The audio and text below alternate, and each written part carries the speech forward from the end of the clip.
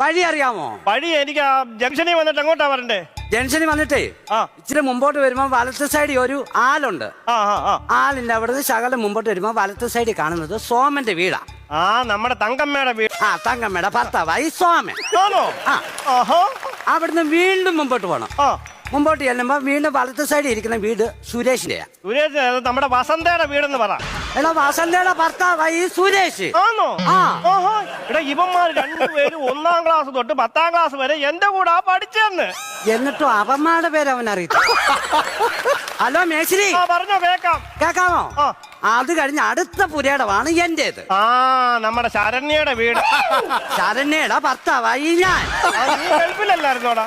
ഞാൻ ഇന്നലെ രാത്രിയല്ലേ വന്നേ. എന്ന് പോവും. അവൻ അതറിയണം. ഹലോ മേശ്രി, നിങ്ങളെ ഇവിടെ വന്ന് കുറ്റി വെച്ചിട്ട് വേണം എനിക്ക് പോകാൻ. ഞാൻ കുറ്റി വെച്ചിട്ട് നീ അങ്ങ് പോക്കോ.